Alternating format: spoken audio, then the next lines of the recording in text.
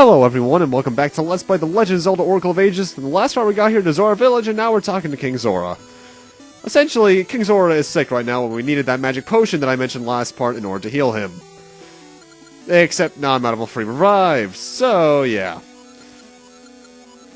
Essentially, King Zora's never going to forget us, but we asked to get into the next dungeon, but we're not allowed to.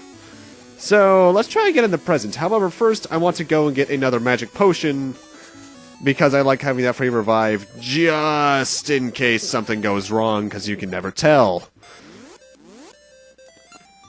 Though I would recommend going to the present first. And talking to him again first, because you can get 200 rupees in there for free. However, after I did so, I actually did some more money grinding, and I ran into Maple again. The heart piece! Mine, yeah! That's heart piece number 11 of 12! And that means I only have to get the Gasha Seed one. Shit. And I have to do this again in Seasons! Yay! Anyway, now I'm in the present version of Zora Village, because this is where we need to be now. Admittedly, when it comes to Maple's heart piece, I think it is more common after she gets the vacuum cleaner, which is post the magical ore. But that could just be my mind playing tricks on me. Anyway, here's the 200 rupees I mentioned. That's very useful.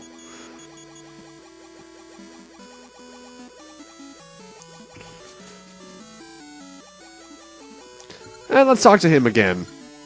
And some amount of hundreds of years later, he's still not allowing us to go in. However, he will let us in if we can find a way to clean the water, which you might notice there's these random bubbles around, and we can't get into anything there. So essentially, we need to find a way to clean the water, and he's telling us to go to Eyeglass Island's library. Which isn't that far away, actually. Also, Eyeglass Island is also a location in Oracle of Seasons, weirdly enough. I'm not sure why they carried that name over.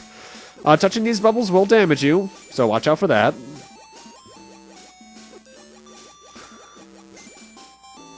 Let's resurface around here.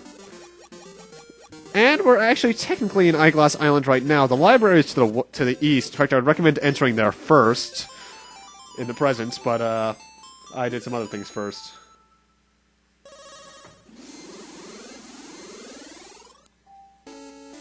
Namely, I want to head over to the island that is west of us right now, because there's something we can do over there.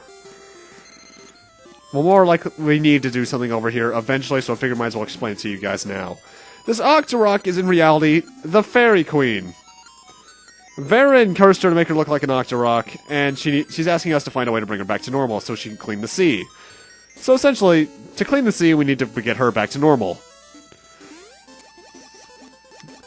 And in doing so, we need to find a way how to... And to do that, we need to come over here to the Eyeglass Island. One thing you're going to notice is that if you're playing along, the NPCs inside of here are going to seem a bit inconsistent. That's because right now I'm actually in the present version of the library. You need to come to the present version before you go to the past version. I just did some clever cutting. Anyway, this guy's telling us that there's a riddle in the past version of this place that we need the Book of Seals to solve. Which, I'm not sure why they didn't call it the Book of Mudora again, but okay then. Oh, the Book of Mudora, one of the most useless Zelda items ever. Anyway, now we're in the past version, and now welcome to the Book of Seals puzzle. This is annoying! Essentially, the Book of Seals shows you arrows and a number. And as do all of its siblings all around us right now. Those arrows indicate where platforms are that you can stand on. Anywhere else that the arrow doesn't point you is a pit, and you'll fall and have to start all over. This is long, tedious, and annoying. And when I do the late game stuff, I'm going to have to do this again. Thanks, game.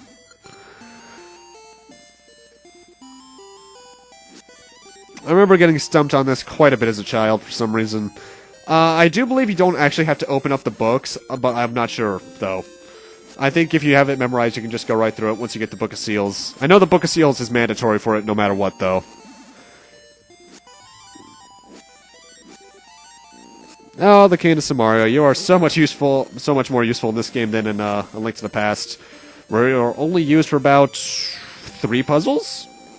4, maybe?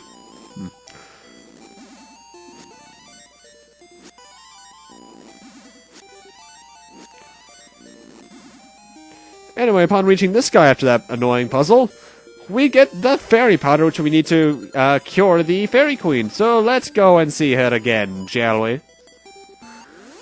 It's not that far of a walk, actually. It's just 2 screens left. And upon doing so, we shall return her to normal with a sound effect right out of Link's Awakening for the Piece of Power / Guardian Acorn. And she's gonna cleanse the seas of these evil bubbles.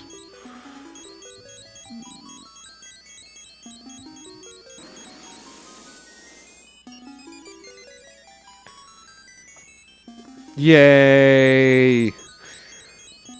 And with that, we actually have access to quite a bit more of the overworld. Mind you, not that there's not much to do in these sections, but it's... well, it's better than a Guardian Acorn. And again, Guardian Acorns were kind of useless to me. Piece of Power, on the other hand, that's useful.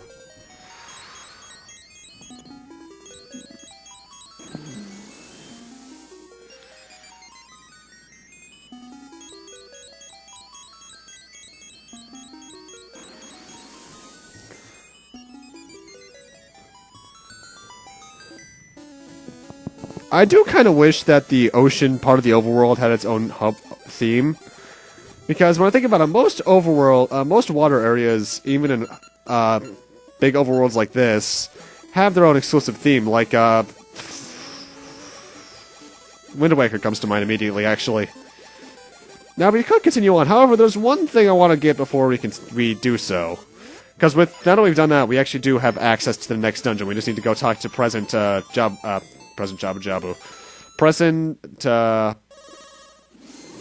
King Zora to get access. Gonna need to use the tune of time there, dive underwater, and just head east.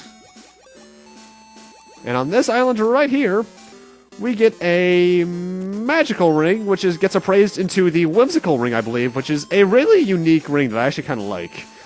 Essentially, it lowers your sword strength, however, it gives like I want to say like a 20% chance of instantly killing an enemy upon striking. That's cool. I'm not sure if I'm accurate on the percentage thing, but it's a chance either way. And now I'm cutting back to present Zora Palace. And since we've done that, they're going to double us the Zora hero and allow us access to Jabu Jabu himself. If you haven't figured it out at this point, Jabu Jabu is the giant fish that the next essence is inside of. How this guy has 2 dungeons inside of him throughout the entire timeline, I'm not sure. He looks the exact same as he did in Ocarina of Time 2. Equally as bug-eyed, that's for sure. So welcome to level 7, Jabu Jabu's Belly, my least favorite dungeon in the game. That's right, this is also one of the only Zelda games to have 2 downright water temples instead of just having like one sort of water temple like Ocarina of Time and a downright one. And oof. Let's see, Twilight Princess only had the one. Yeah, I think this and Ocarina of Time are the only ones that actually have 2 water dungeons downright. Well, water themed at least. Well, actually no, didn't Skyward Sword? Ancient Cistern? Oh, wait, no, the Ancient Cistern was fun, first off. Anyway, you need to put those diamond blocks in front of those statues in order to make that key to appear.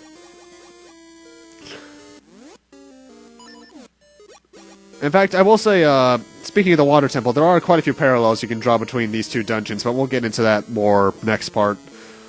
Over here, we got the dungeon map, which, if we take a look at it, is... Well, first off, there's the sword beams for the thing.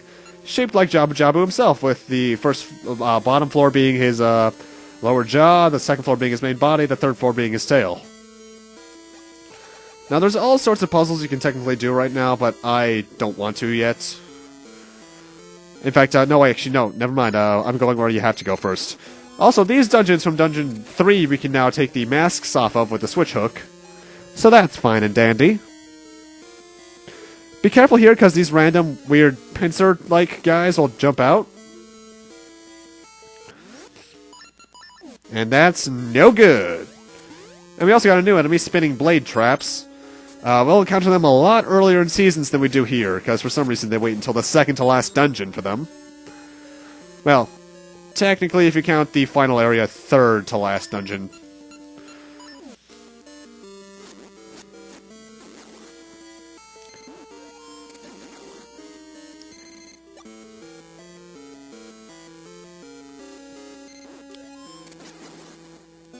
And now this next room is where the parallels between the water temples start. The gimmick with this dungeon is that there's 3 floors, obviously. However, the switches in this room lower and raise the water level accordingly. You only need to press the red one for now, but later on we will find our way to the other 2. So now water is essentially entirely drained from the dungeon, and the first floor is now dry. The way I see it, these little holes that are in these rooms, parallels below us, I believe, are how the water gets up and down.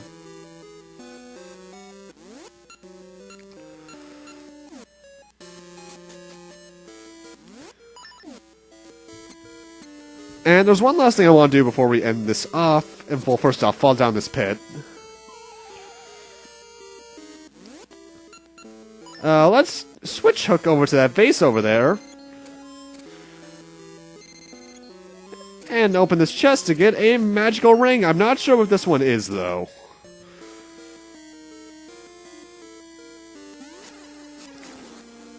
Well, actually, no, make that 2 last things, because I just remembered, I get this chest now. Small key, very easy to get. If you miss that, well, first off, you're not going to complete the dungeon, and you're deliberately ignoring it at that point.